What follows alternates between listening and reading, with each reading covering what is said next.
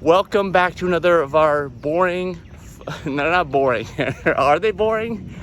Personal finance videos. You have to know this stuff, otherwise you're gonna be in severe financial pain for your life.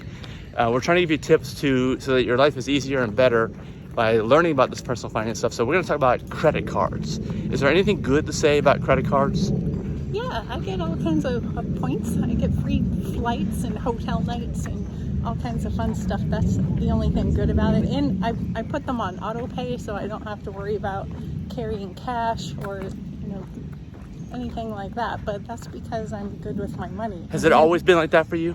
No, when I was younger and I didn't have enough money to get by, I would use my credit cards for necessities like paying for gas and paying my car insurance. Well, yeah, but you didn't pay them off, so you were paying interest, like 18 to 24% interest on that? Yeah, I literally could not pay them off each month. So that was bad. That's very bad. I kept getting into a deeper hole month by month until I had to refinance my house to pay them off. And if you go to college, they usually hand them out to you on campus. I don't know how that is nowadays, if people don't go to campus anymore. Yeah, it still is. Discover Card was there on the Penn State campus one day, and yeah, I overheard student them debt, saying, credit card debt. Yeah, I overheard the kids saying, "I don't have a job," and they're like, "Well, do you get money from your parents?" Here you go. Yeah, they'll make the minimum payments for you.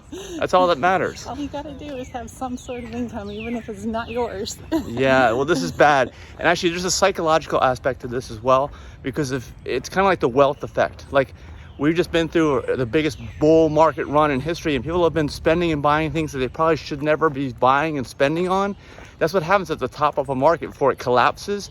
Same thing's true with your credit cards. If you have this big credit limit of like $10,000, $15,000 or whatever it is, then you are more likely to say, oh yeah, I can, if there's a questionable item, yeah, I can just go ahead and buy that, no problem.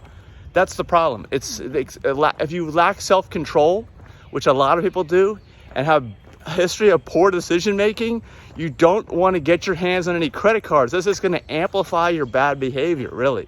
So even if Denise is right, what she's saying is right. I mean, I pay off my credit cards. I always have. I don't think I've ever paid a dime to credit card companies in interest. I've even gotten 0% loans from them for like a year or two, just to use my money on something else that was worthwhile rather than a consumer good, a depreciating asset.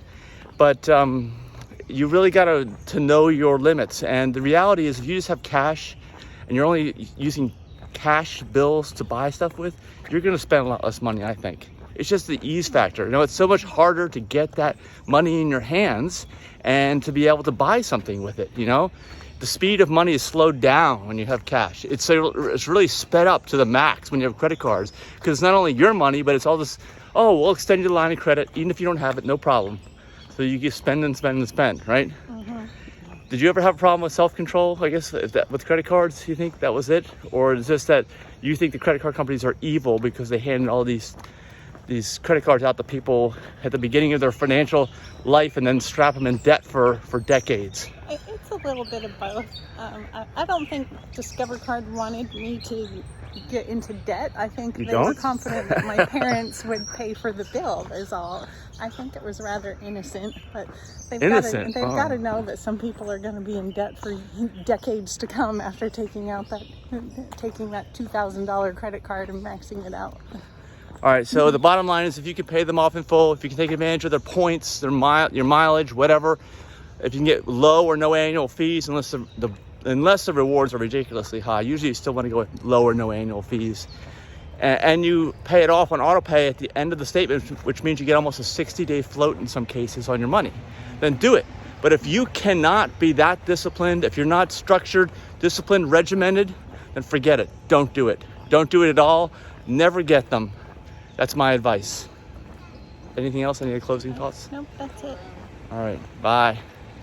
Oh, let us know in the comments before we go. Which credit cards do you have that give you the most rewards and stuff like that? And which are the absolute worst deals on interest and predatory practices in terms of them getting you to sign up? Let us know that too in the comments. Bye.